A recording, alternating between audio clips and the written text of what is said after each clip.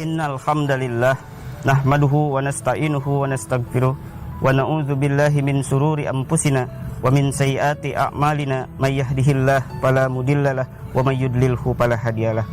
Wa asyhadu an la ilaha illallah wahdahu la syarikalah wa asyhadu anna Muhammadan abduhu wa rasuluhu alladzi la nabiyya ba'dah.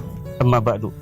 Ikhwatu iman yang dirahmati Allah Subhanahu wa taala, perkara yang pertama kali dihisab di hari kiamat nanti adalah salat. Apabila salatnya baik, maka baiklah seluruh amalnya. Apabila salatnya buruk, maka buruklah seluruh amalnya. Oleh karena itu, Nabi SAW mengajarkan kepada kita agar menyuruh anak-anak kita melaksanakan salat di usia 7 tahun. Kemudian pukullah mereka ketika meninggalkan salat di usia 10 tahun.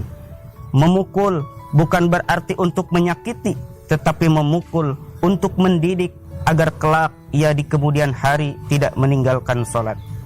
Ikhwatu iman yang dirahmati Allah Subhanahu wa taala, salat merupakan salah satu rukun Islam yang telah ditetapkan rukun dan syaratnya oleh Allah dan Rasulnya. Oleh karena itu harus sesuai dengan kaifiat Rasulullah SAW. Sebagaimana sabda Nabi SAW di dalam hadis yang diriwayatkan oleh Imam Al-Bukhari, "Shallu kama ra'aitumuni usolli." Salatlah kalian sebagaimana kalian melihat aku salat, kata Rasulullah SAW. Ikhwatu iman yang dirahmati Allah Subhanahu wa taala, salat itu memiliki kedudukan yang sangat tinggi dalam Islam. Ia menjadi tiang agama. As-salatu imaduddin. Salat itu tiang agama. Salat itu menjadi pembeda antara seorang muslim dengan orang kafir. Oleh karena itu, Rasulullah SAW sangat memperhatikan terhadap permasalahan salat. Bagaimanapun kondisinya, sesibuk apapun situasinya, maka seseorang itu harus mengingat Allah Subhanahu wa taala dengan melaksanakan salat.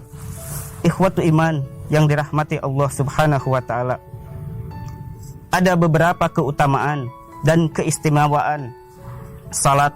Salah satunya diantaranya yang pertama, bahwa salat itu akan mencegah seseorang yang melakukannya dari perbuatan keji dan mungkar. Sebagaimana Allah Subhanahu wa taala berfirman dalam Al-Qur'an surat Al-Ankabut ayat 45, A'udzubillahi minasyaitonir rajim, wa aqimis salat innas salata tanha anil fahsya'i wal munkar wala dzikrullahi akbar. Dan dirikanlah salat, karena sesungguhnya salat itu akan mencegah dari perbuatan-perbuatan keji dan mungkar. Dan sesungguhnya mengingat Allah, yaitu salat, itu lebih besar keutamaannya dibandingkan dengan ibadah-ibadah yang lain. Ikhwatu iman yang dirahmati Allah Subhanahu wa taala, lalu kenapa sekarang banyak orang yang melaksanakan salat, tetapi dengan salatnya itu tidak bisa mencegah dirinya dari perbuatan keji dan mungkar? Karena ia melaksanakan salat hanya sebatas menggugurkan kewajiban. Ia melaksanakan salat hanya sebatas gerakan-gerakan tubuh tanpa disertai dengan ruh. Oleh karena itu, ikhwatu iman, dirikanlah salat dengan penuh kekhusyuan. Kemudian yang kedua, bahwa salat itu merupakan amalan yang paling utama. Rasulullah SAW ketika ditanya oleh Abdullah bin Mas'ud tentang amal apa yang paling utama, kemudian beliau SAW menjawab, as-salatu liwaktiha, yaitu salat pada waktunya. Ikhwatu iman yang dirahmati Allah Subhanahu wa taala, terkadang di antara kaum muslimin ada orang yang suka melalaikan salat, padahal Allah Subhanahu wa taala telah mengancam bagi orang-orang yang melalaikan salat dalam Al-Qur'an surat Al-Maun ayat 4 dan 5, fawailul lil musallin alladzina hum an salatihim sahun.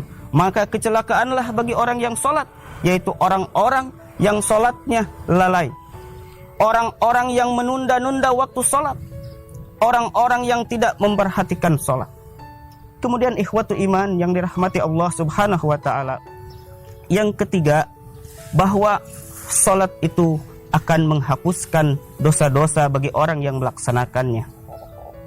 Rasulullah SAW menggambarkan di dalam hadis riwayat Muslim bahwa salat fardu yang 5 waktu itu bagaikan sebuah sungai yang airnya mengalir di depan pintu rumah seseorang, kemudian ia mandi di sungai itu dalam sehari 5 kali, maka tentu saja tidak ada kotoran di dalam tubuhnya. Begitu juga salat akan membersihkan dosa-dosa.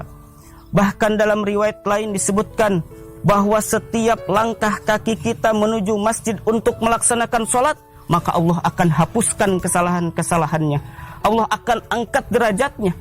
Oleh karena itu, ikhwatu iman yang dirahmati Allah Subhanahu wa taala, dirikanlah salat, jagalah salat, laksanakan salat, jauhi maksiat, maka insya Allah hidup kita akan selamat dunia dan akhirat. Rabbana atina fid dunya hasanah wa fil akhirati hasanah wa qina adzabannar. Wassalamualaikum warahmatullahi wabarakatuh.